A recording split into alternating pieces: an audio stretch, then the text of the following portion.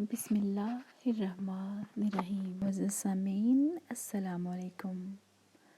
آج ہم بات کریں گے نبی کریم صلی اللہ علیہ وآلہ وسلم کے وصال کے بارے میں۔ جب حضرت محمد صلی اللہ علیہ وآلہ وسلم کے وصال کا وقت قریب ہوا تو حضرت جبرائیل علیہ السلام تشریف لے آئے۔ آپ کے حجرہ مبارک کے اندر آ کر کھڑے ہو گئے۔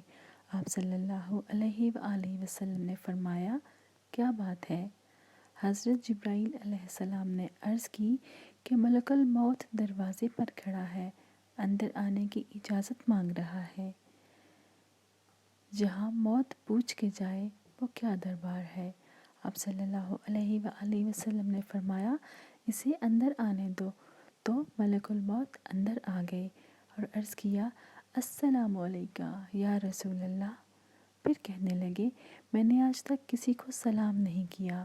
آپ صلی اللہ علیہ وآلہ وسلم وہ پہلی ہستی ہیں جنہیں میں سلام کر رہا ہوں، اور پہلی دفعہ ایسا ہوا ہے کہ اللہ رب العزت نے خود فرمایا کہ پوچھ کے اندر جانا، بغیر پوچھے نہ جانا، اجازت ملے تو اندر جانا۔ اور دیکھو یہاں موت بھی باادب کھڑی ہوئی ہے، جس نے سکندر کی روح بھی قبض کی، چنگیز کی بھی۔ معزز سامعین، دنیا میں 4 بڑے فاتح گزرے ہیں، 2 مسلمان 2 کافر، تیمور اور محمود، مسلم چنگیز اور سکندر۔ غیر مسلم سب کی روح قبض کی، اور یہاں ملک الموت کھڑا ہوا ہے اجازت طلب کرنے کے لیے۔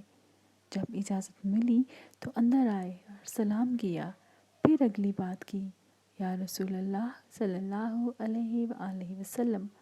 اللہ تعالیٰ فرما رہے تھے کہ اگر میرے حبیب آنا چاہیں تو لے آنا، اور اگر رہنا چاہیں تو چھوڑ کے واپس آ جانا۔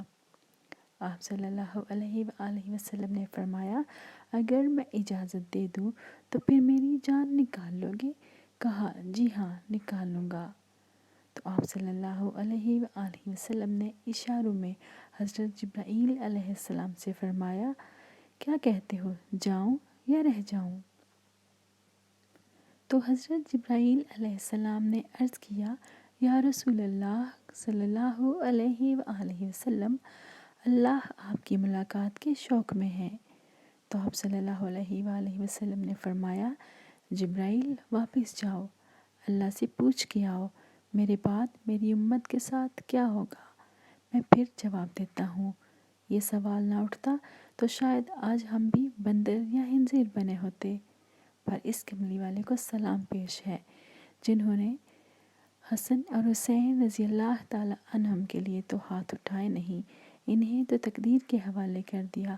جب ہماری باری آئی تو پکار اٹھے کہ میرے بعد میری امت کے ساتھ کیا ہوگا۔ معزز سامعین، حضرت جبرائیل علیہ السلام واپس گئے، پیغام لائے کہ اللہ تعالیٰ فرما رہے ہیں، اے میرے محبوب، ہم آپ کی امت کو آپ کے بعد تنہا نہیں چھوڑیں گے۔ قسم ہے اس ذات کی جس نے ہمیں پیدا کیا اور ہمیں دیکھ اور سن بھی رہا ہے۔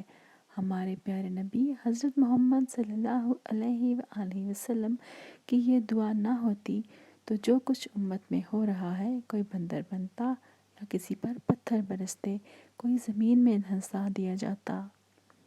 یہ آپ صلی اللہ علیہ وآلہ وسلم کے آنسوں اور دعاؤں کا ہی نتیجہ ہے، جنہوں نے اللہ کے آئے ہوئے عذاب پلٹا دیے، ہمارے آگے سے ہٹا دیے۔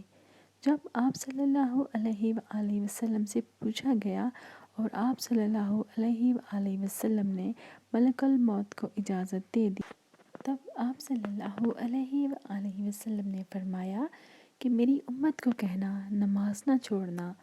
اگلی بات اس سے بھی زیادہ مشکل فرمائی کہ غریبوں پر رحم کرنا۔ میری امت کے نوکر، ملازم، غلام پسا ہوا ہے، بے بس مسکین طبقہ، ان پر رحم کرنا، فرعون نہ بننا۔ جب نبی پاک صلی اللہ علیہ وآلہ وسلم کا وصال ہوا تو حضرت ابوبکر صدیق رضی اللہ تعالیٰ عنہ کو پتہ چلا، وہ بھاگے ہوئے آئے اور چہرے مبارک سے چادر ہٹائی اور آپ صلی اللہ علیہ وآلہ وسلم کا ماتھا چوم لیا۔ تو حضرت ابوبکر صدیق رضی اللہ تعالیٰ عنہ کے آنسو کے قطرے ماتھے پر گرے اور آپ نے فرمایا کہ میرا نبی آج مجھ سے جدا ہو گیا۔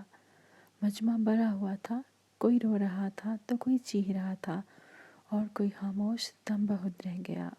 حضرت عمر رضی اللہ تعالیٰ عنہ تلوار لے کر آئے اور کہا کوئی نہ بولے کہ اللہ کے نبی فوت ہو گئے ہیں، جو بولے گا میں اس کا سر اڑا دوں گا۔ حضرت عمر رضی اللہ تعالیٰ عنہ فرمانے لگے میری ٹانگوں سے جان نکل گئی ہے، اور سیدھا یوں نیچے گرے اور مجھے یقین آ گیا کہ اللہ کے نبی دنیا سے چلے گئے ہیں۔ وصال سے کچھ عرصہ پہلے کی بات ہے کہ صحابہ کرام تشریف لائے تو آپ صلی اللہ علیہ وآلہ وسلم نے فرمایا کہ میرا تم سب کو سلام ہو، میرے بعد میری امت ہے، ان کو بھی میرا سلام کہنا، ان کے بعد جو آئیں ان کو بھی میرا سلام کہنا۔ ایسا سلام کوئی نبی اپنی امت کو دے کر نہیں گیا۔ معزز سامعین، حضرت انس رضی اللہ تعالیٰ عنہ نے پوچھا یا رسول اللہ صلی اللہ علیہ وآلہ وسلم، آپ کو غسل کون دے گا؟ آپ صلی اللہ علیہ وآلہ وسلم نے فرمایا کہ میرے اہل بیت۔ پھر کہا آپ کو کفن کون دے گا؟ کہا میرے اہل بیت۔ پھر کہا آپ کو قبر مبارک میں کون اتارے گا؟ آپ نے فرمایا میرے اہل بیت۔ اور پھر آپ سے پوچھا گیا کہ آپ کا جنازہ کون پڑھائے گا؟ تو آپ صلی اللہ علیہ وآلہ وسلم کی آنکھوں میں آنسو آ گئے اور آپ نے فرمایا جب مجھے غسل دے دو، کفن پہنا دو تو سب باہر چلے جانا، سب سے پہلے میرا اللہ اپنی رحمتیں مجھ پر نازل فرمائے گا، اس کے بعد حضرت جبرائیل اور میکائیل آ کر میرے لیے دعا کریں گے، پھر ساتوں آسمان کے فرشتے آئیں گے، وہ میرے لیے دعا کریں گے۔ آپ صلی اللہ علیہ وآلہ وسلم کی چارپائی مبارک کے ساتھ لوگ قطار بنا کر کھڑے ہو گئے اور ہر ایک انفرادی طور پر آپ کے لیے دعا کرتا۔ یہ پیر کا دن تھا، منگل کا سارا دن گزر گیا اور پھر بدھ کی رات کو آپ صلی اللہ علیہ وآلہ وسلم کو اللہ کے سپرد کر دیا گیا۔ جب آپ صلی اللہ علیہ وآلہ وسلم کو قبر مبارک میں اتارا گیا تو آپ صلی اللہ علیہ وآلہ وسلم کے غلام نے اپنی انگوٹھی اتار کے قبر میں پھینک دی۔ حضرت علی سے کہنے لگے میری یہاں انگوٹھی گر گئی ہے، نکال لوں؟ انہوں نے کہا ہاں، ابھی تو قبر بند نہیں کی، نکال لو۔